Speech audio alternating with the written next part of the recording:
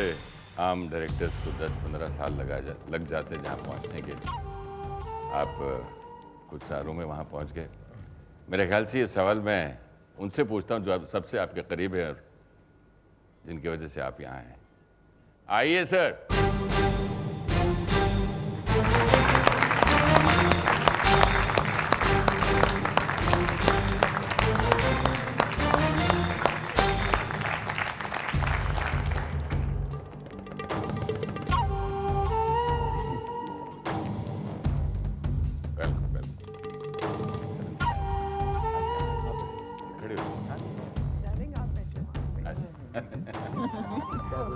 नमस्कार।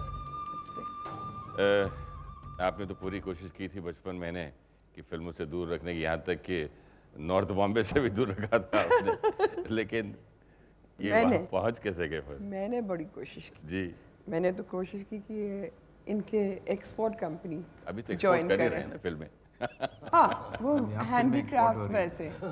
तो मैंने कहा करण, तुमने अपना कॉलेज टॉप किया है, फ्रेंच इतनी बढ़िया बोलते हो, मेरा ख्याल है तुम्हें एक्सपोर्ट करना चाहिए। तो मैंने इसको ज़बरदस्ती भेजा वहाँ पे। वो बैठता था 10 बजे से 6 बजे तक, करता कुछ नहीं था। टेलीफोन तो करता होगा? टेलीफोन बड़े किए, लेकिन एक बार इनके कहने से वो मुरादाबाद, सहारनपुर, दिल्ली, पानीपत वो भी ट्रिप मार के आए। वापस आके बोला, माँ मुझसे तो ये नहीं होता है, ये मैं नहीं कर सकता हूँ।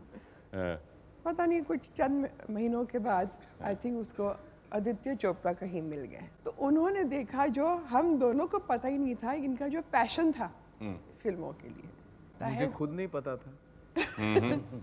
मुझे ये भी नहीं मुझे पता हमेशा कि डर लगता था कि मैं पिक्चर, सब कहते थे कि you know your father is a producer, वो तुम भी फिल्मों में। आप बोलते थे नहीं यार, बिल्कुल it's not happening. You know उस टाइम मैं कहता था कि नो इट्स क्या किस किस्म के पिक्चरें बनाते हैं, I am not interested in the film industry. मैं साउथ बॉम्बे में रहता था तो उस किस्म की स्कूलिंग हुई थी मेरी, एजुकेशन नहीं था जैसे बच्चे जाते हैं पार्टियों पे। तो मैं झूठ बोलता था स्कूल में, जब मुझे बोलते यश जो और तुम्हारे बाप है, बोले नहीं वो कोई और है, मेरे बाप तो बिजनेसमैन है। मैं और फॉर्म में जब बोलते थे कि प्रोफेशन क्या है, father's profession, right, businessman. That's why he was a total shock जब इसने आके कहा कि सीमा, I can't do this export, it's not possible, please just give me 2 years. I have met Aditya Chopra, वो अपनी पिक्चर स्टार्ट करने वाला है।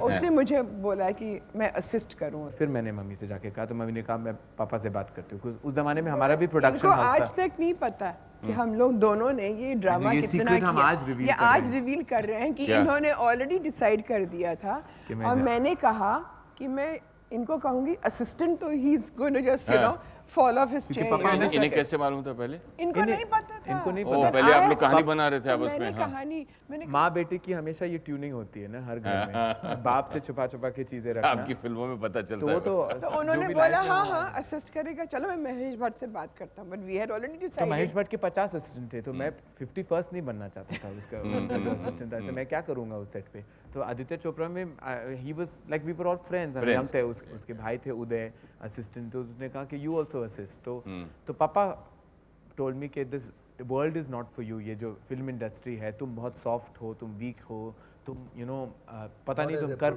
नॉट एज अ प्रोड्यूसर तुम कर नहीं पाओगे। डायरेक्टिंग का मेरा जो इनहेरेंट टैलेंट था वो ना मुझे पता था ना उन्हें।